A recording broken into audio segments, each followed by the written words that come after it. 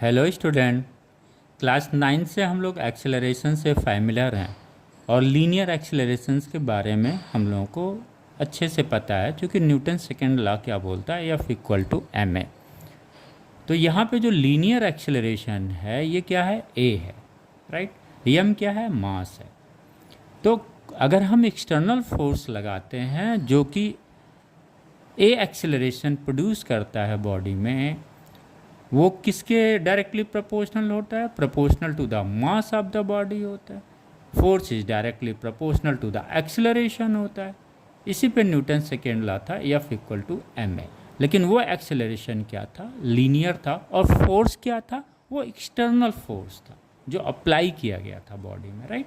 आइए अब यहाँ पे एक्सेलरेशंस के और भी फॉर्म हैं जो हम समझते हैं, जैसे ग्रेविटेशनल एक्सेलरेशन हो गया, सेंट्रीपिटल एक्सेलरेशन हो गया। इन दो को समझते हैं। एक linear acceleration F equal to M A, ये हम लोग क्लास 9 से ही फैमिलियर हैं।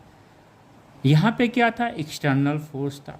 अगर हम ग्रेविटेशनल एक्सेलरेशंस की बात करते हैं तो ये ग्रेविटेशनल एक्सेलरेशंस किस फोर्स की वजह से हो रहा है, तो फोर्स ऑफ ग्रेविटी की वजह से हो रहा है, राइट। लीनियर एक्सेलरेशन में क्या था, कोई एक्सटर्नल फोर्स लग रहा था उस पर जो इसको लीनियरली मूव करा रहा था। क्लियर हो गया सब। दूसरा आते हैं सेंट्रीपिटल एक्सेलरेशन। वो सेंट्रीपिटल एक्सेलरेशन किस फोर्स के द्वारा प्रोड्यूस हो रहा है, ये है सेंट्रीपिटल फोर्स के द्वारा, राइट।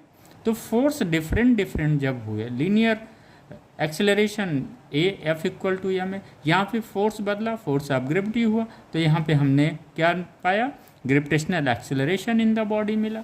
सेंट्रीपिटल फोर्स जब अप्लाई हुआ बॉडी पे तो हमें बॉडी में क्या मिला, सेंट्रीपिटल एक्सेलरेशन मिला। अब उसकी बारीकी को हम लोग समझते हैं। ग्रेविटेशनल एक्सेलरेशन बहुत क्लियर हो गया।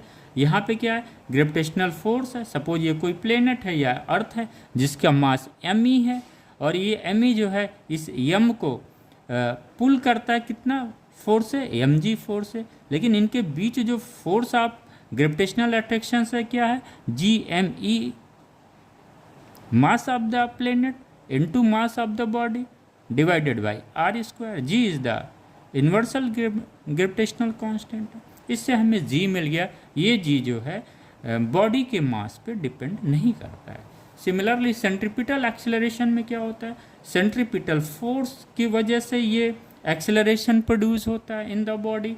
ये भी क्या होता है, ये भी बॉडी के मास पे डिपेंड नहीं करता है। So this is all about the centripetal acceleration and gravitational acceleration. Thank you.